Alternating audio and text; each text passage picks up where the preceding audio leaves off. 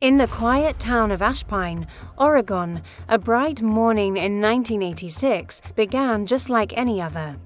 The air was crisp, the sky was a soft blue, and a yellow school bus rumbled down the old county road. It was filled with the laughter and chatter of 15 children, aged between 8 and 12, all excited for a field trip to Morning Lake. Their teacher, Ms. Evelyn Cross, was at the wheel. They left at 7:42 a.m. and were never seen again. The last person to see them was a gas station attendant on Route 19. He waved as Ms.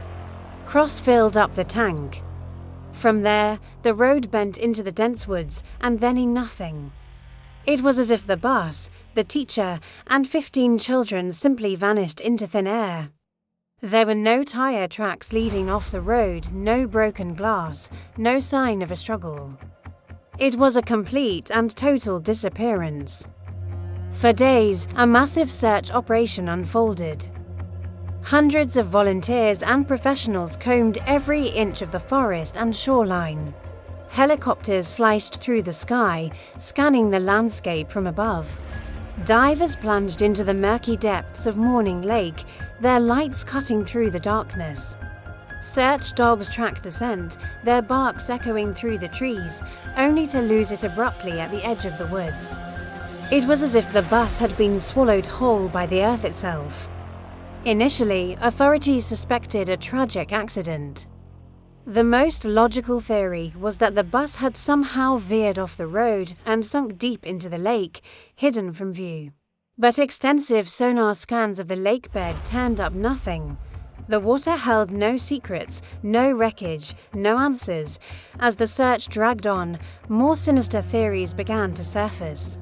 Whispers of a mass kidnapping, a strange cult ritual, or even secretive government experiments circulated through the town, but with no evidence.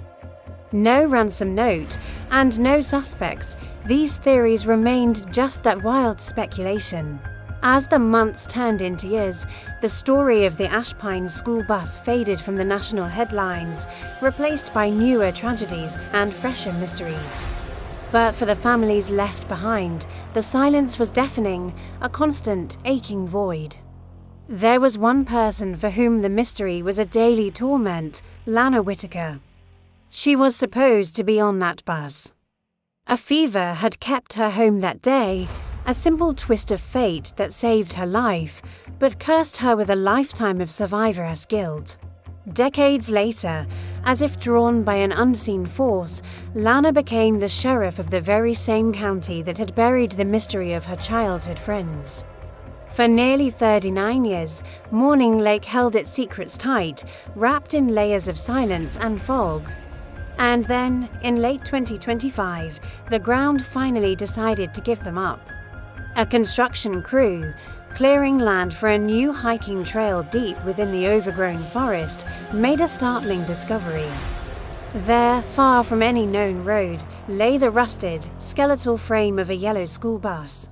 The vehicle was remarkably intact, almost preserved, protected by a cocoon of mud and roots that had grown around it like skeletal fingers.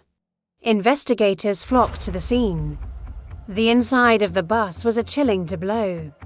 The seats were torn and covered in moss, yet something was disturbingly wrong.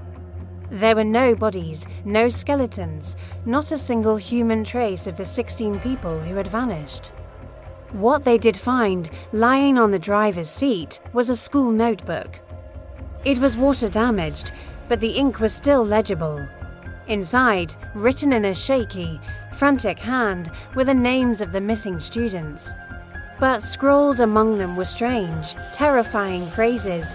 "He's not supposed to be here, and we can hear them outside the bus." The discoveries didn't stop there. Beneath a rusted floorboard in the back of the bus, they found a cassette tape, tucked inside a plastic case labeled simply, "For whoever finds us." The tape was handed over to the sheriff's office, and Sheriff Lana Whitaker, the girl who never got on the bus, decided to listen to it herself. The tape began with a low hum, then static. Finally, a voice emerged from the hiss trembling, filled with a primal fear. It was Ms. Cross. If anyone finds this, we've been here for tonight's. The forest doesn't end. We tried walking, but every path leads back to the bus. The sky, it doesn't change. We don't hear birds anymore. Just that sound. Like breathing. A heavy silence followed, thick with unspoken terror. Then a new sound, barely a whisper, a child's voice. He's still outside. The tape cut out abruptly, ending with a sharp click. The discovery of the bus and the tape ignited a media firestorm. Journalists and investigators from around the world descended on Ashpine. Forensic teams worked day and night, trying to piece together the impossible. How did the bus end up miles from its route with no tire marks, no signs of a crash? The very forest seemed to be interfering with their work. GPS data showed strange electrical interference in the area, as if the woods itself were alive and disrupting their devices. Then another piece of the puzzle emerged, more bizarre than all the rest. While cataloguing the items found on the bus, an officer opened a child's metal lunchbox. Inside was a drawing. It depicted the yellow school bus parked in the woods, but it was surrounded by tall, faceless figures, pure black silhouettes with no eyes, no features. Underneath the drawing, written in a child's crayon scrawl, were 7 words that sent a chill down everyone's spine. We didn't go to the lake. The lake came to us. Lana Whitaker stared at that sentence for hours, the words echoing the impossible nature of the case. Driven by a new sense of urgency, she dug back into the original case files from 1986. There, she found something she'd overlooked decades ago, the original attendance list from that fateful day. There were 16 names on it, not 15. One name had been crossed out in red ink, Eli Ward. But here's the most chilling part. There was no record of an Eli Ward ever existing.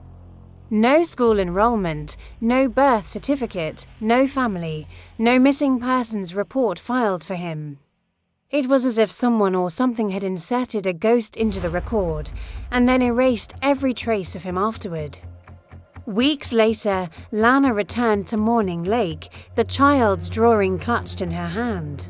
She stood at the water's edge, staring out at its perfectly still, glassy surface. There was no wind, no ripples. But as she looked down at her own reflection, she saw something else stop movement. Behind her, in the reflection on the water, were faint outlines. Small shapes. When she whipped around, her heart pounding in her chest, the forest was silent and empty. The official report on the Ashpine bus disappearance lists the discovery as unexplained.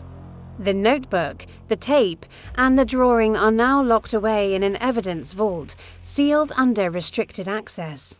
Some of the old-timers in Ashpine say they still hear the faint sound of children laughing near Morning Lake when the fog rolls in thick from the trees. Others claim to see phantom headlights deep in the woods, a bus that appears for just a few seconds before fading back into the mist. As for Sheriff Lana Whitaker, she resigned shortly after the discovery. Her final public statement was short and deeply unsettling. They never left the lake. The lake just stopped pretending. To this day, no one knows what really happened to the 15 children and their teacher. Some say they simply vanished into another dimension. Others whisper that they weren't just taken, they were erased. The only truth that remains is the one carved on a lonely memorial stone near the lake, a silent testament to an impossible event. They never reached Morning Lake. Thank you so much for watching. If you found this story as haunting as I did, please hit that like button and subscribe for more deep dives into the unknown. We'd love to have you as part of our community. Until next time, stay curious.